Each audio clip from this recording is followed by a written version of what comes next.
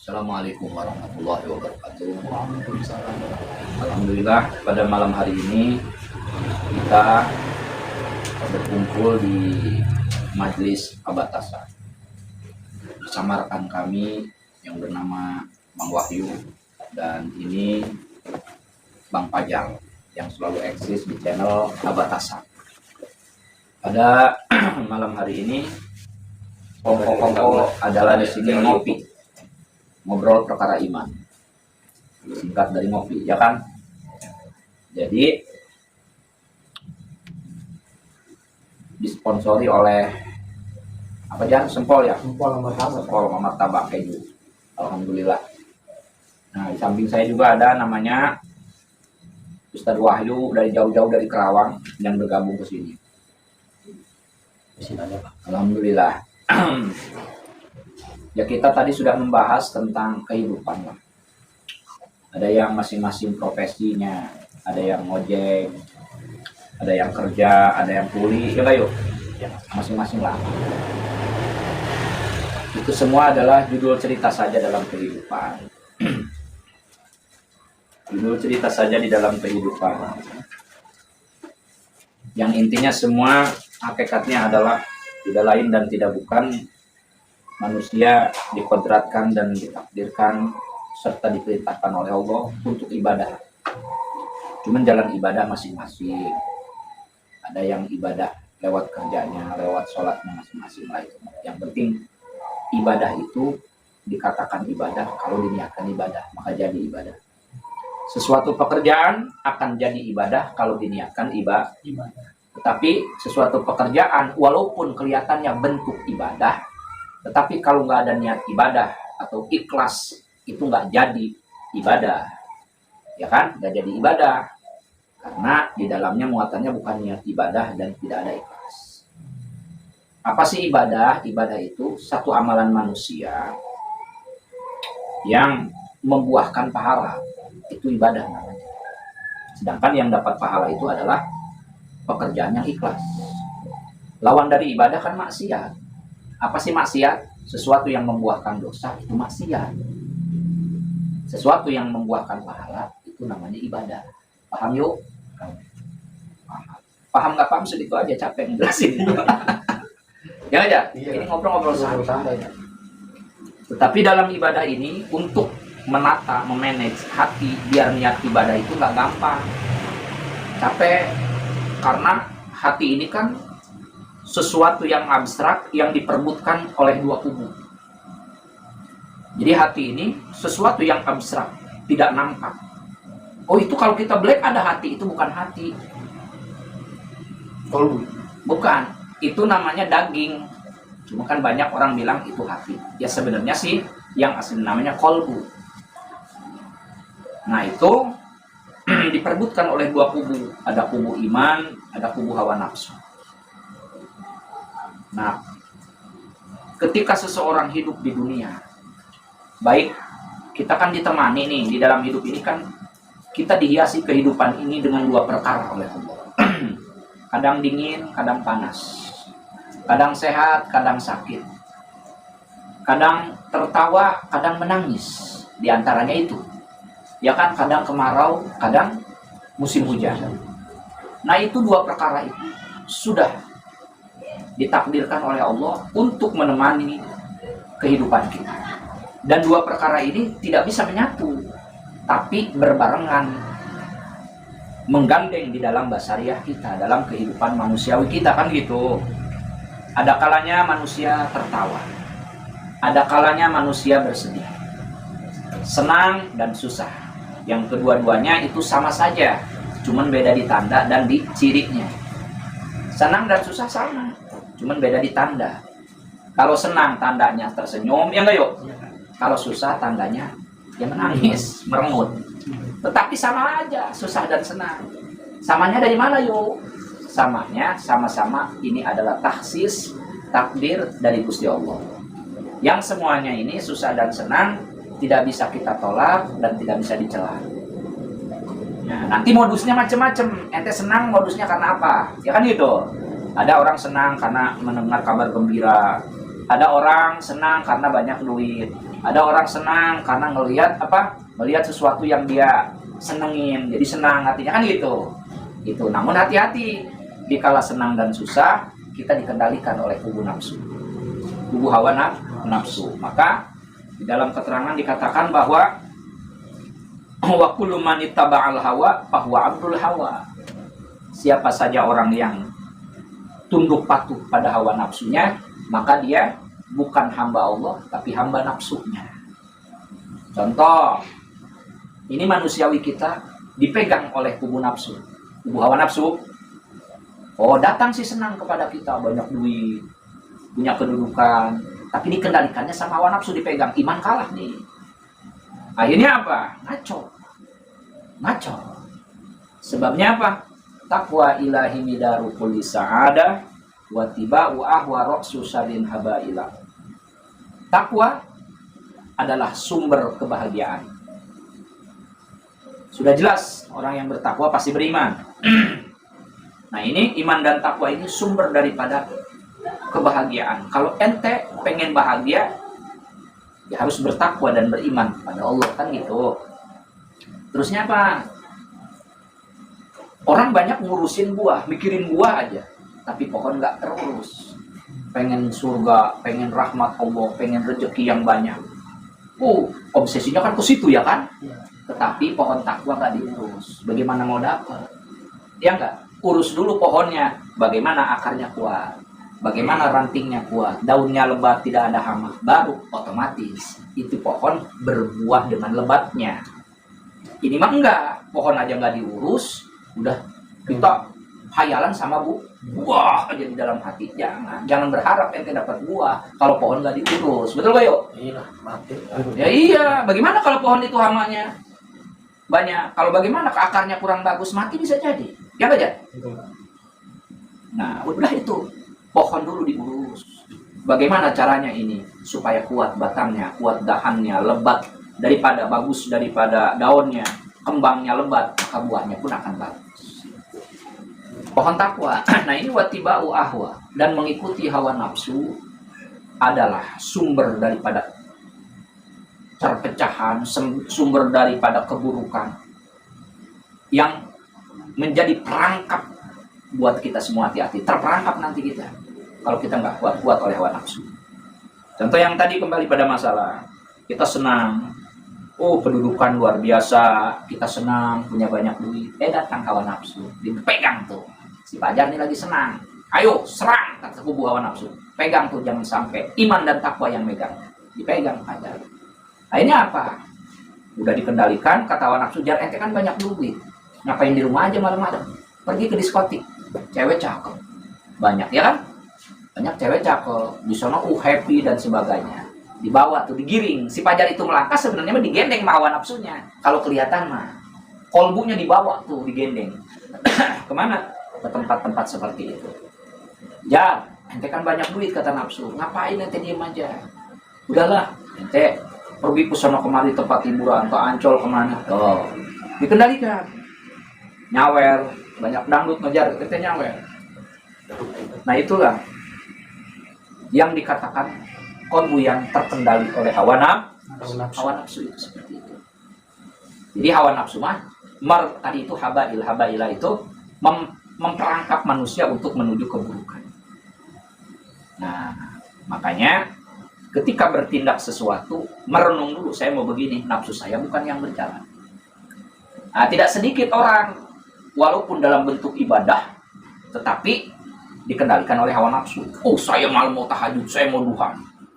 Nah, itu kata hawa nafsu, tahajud, duha, tapi nanti beda niatnya. Nah, ada yang hawa nafsu membuat manusia malas untuk bergerak, tapi ada hawa nafsu yang membuat manusia senang untuk berbuat kebaikan, cuman hatinya yang dihantam, niatnya nanti di situ. Paham? Waalaikumsalam, Bang Iwan, ini saya lagi bikin YouTube. Woi, waalaikumsalam, ini ada Bang Iwan sama siapa? Bang Olis. Nah, ini di sini nih biar kelihatan. Ini kepaham gak nih bahasan ini? Ya. Yuk kepaham. Ini lagi cerita, Wan. Ustaz Fajar nih lagi cerita tentang hawa nafsu. Nah, jadi hawa nafsu itu kadang menyuruh kita untuk ibadah. Kata hawa nafsu, yo bangun tahajud yo. Nah, tapi endingnya ente akan dirobohkan. Semangat ibadah. Kan biasanya kalau pakai nafsu semangat. Iya dulu. Nah, nanti berangkatlah wahyu malam-malam bangun nih, ibadah ngambil wudhu kayak sang iya aja kan. Setelah itu yang dihancurkan bukan jasadnya yang dibikin malas oleh hawa nafsu, tapi kolbunya nanti dihancur. Oh, wirid ini jangan ada ikhlas. Tujuannya dunia. Ente ikhlas dilupain, tapi hajat ente yang ente kejar. Melupakan ikhlas ente. Ya kan? Nah, dari situ tuh kita dirusak oleh hawa nafsu. Tetapi kalau kita baik dalam senang maupun susah, dikendalikan oleh iman dan takwa kepada Allah, beres. Nah, terus ada kadang kita lagi susah, dikendalikan oleh hawa nafsu. Kan susah senang hati-hati, dipegang hawa nafsu bahaya nih. Sekarang lagi susah ya Allah. Duit nggak ada, kerjaan susah, nganggur. Hawa nafsu datang. Didajar ngambek aja, dajar racun. Terus dibangkitkan ente bergerak nih. Kata nafsu supaya untuk melakukan sesuatu yang negatif, merampoklah dan sebagainya kan gitu. Oh enggak dibangkitkan ente, tapi dibangkitkan hati supaya rusak oleh hawa nafsu ketika ente susah. Apa coba? Dibikin hati ini menyalahkan takdir, naudzubillah, dibikin hati ini lemah semangat, dibikin ngaco ente, buruk sangka sama Allah dan sebagainya, naudzubillah, dihancurin hati ente. Makanya hawa nafsu menghancurkan zahir dan batin. Nah begitu. Ibadah pun ente dihancurin hawa nafsu. Padahal ente lagi sujud, lagi ruku, lagi tahajud, lagi puasa. Tapi biarin kata hawa nafsu, ente puasa, tapi hatinya gua rusak. Gitu. Tetapi sebaliknya, kalau kondisi susah dan senang dipegang oleh kubu iman dan takwa. Oh, saya lagi susah. Kata kubu iman dan takwa, turun, hei sabar. Pasukannya kan tuh. Pasukan iman itu sabar, tawakal. Turun. Apa yang terjadi? Oh, kata kubu iman, hei sabar, ente tugas nih. Ini lagi susah. Apa? Oh ya udahlah kata ente, sabar aja. Kedua, sudah nerima aja lah. Mungkin ini sudah takdir dari Allah, namanya susah dan senang. Karena akhirnya sadar. Jadi iman dan takwa mah membawa kesadaran hati, kesadaran diri ketika diberikan satu kesusahan. Nah, jadi sadar. Jadi manusia mah nggak bakal sehat, nggak bakal waras kalau nggak sadar dulu. Jadi intinya manusia harus sadar dulu.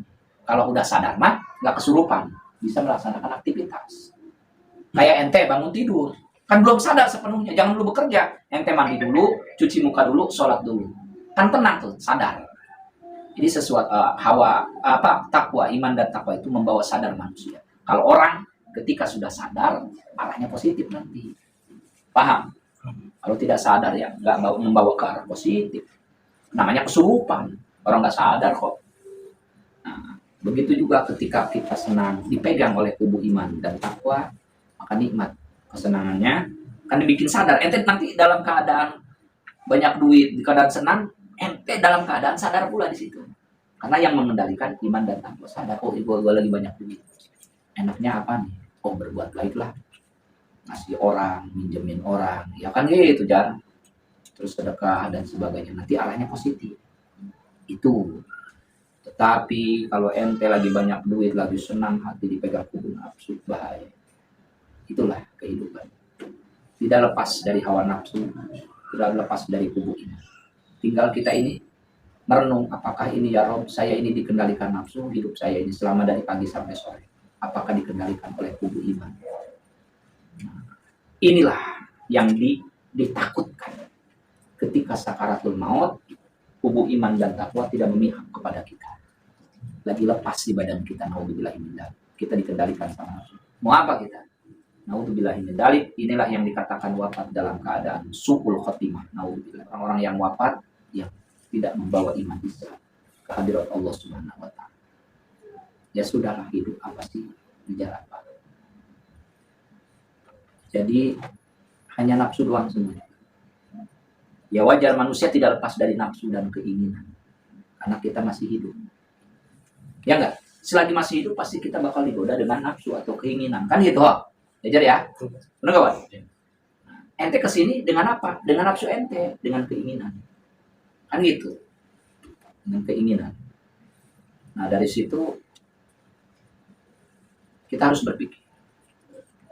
Jadi kita ini coba gini aja tandanya. Nah ini martabak kita makan. Enaknya cuma di ngejar martabak si Wahyu sampai tadi ya, sampai ke pinggir kali, sampai ke sono kasep nggak ada, beli belah sono yuk, nafsu. Aduh, olis kan, makanya olis kesini sudah tahu masalahnya tadi Wahyu beli martabak.